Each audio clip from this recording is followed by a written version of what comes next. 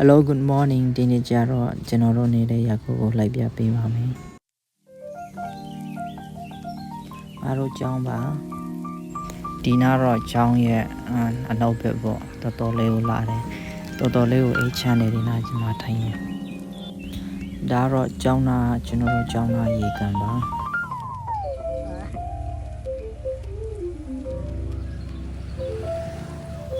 ဒါကတော့ငါတို့နေတဲ့ဘက်ကမော်လဲပါ Royal Ministry Mall လို့ခေါ်ပါတယ်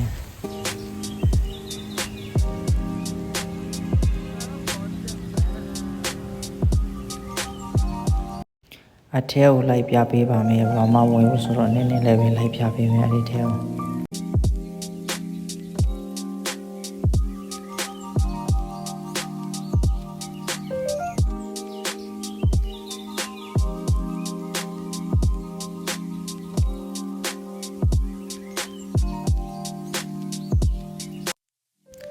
ဒါကတော့မော်လ်ရဲ့အထဲလေးပါဒီပထမထပ်ပဲလိုက်ပြပေးမယ်ပေါ်တော့မတက်တော့ဘူးဆိုတော့ပြန်သွားတော့မယ်အဲ့ဒီထိပဲလိုက်ပြပေးရင်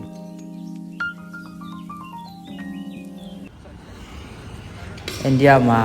နာနာတီရှားတယ်ဆိုတော့မကောင်းရင်လည်းဝယ်စားရတာပေါ့ဒီမှာလမ်းဘေးမှာတငယ်ချင်းတွေဒီမှာစားနေကြတယ်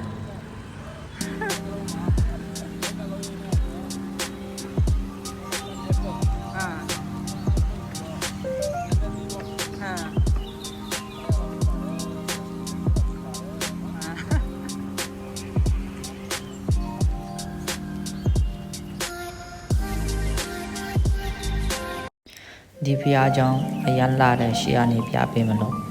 အရန်တော်တော်လေးကိုလာတယ်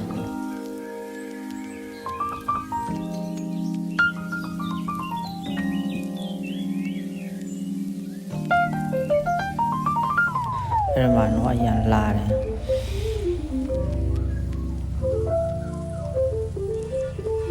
ဘေးအားကြတော့ဖျားကြောင့်ဘေးအားကြတော့ Christ University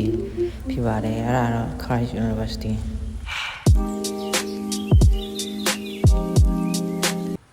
မိုးချုပ်သွားပါပြီခုတော့မိုးလေးရွာတယ်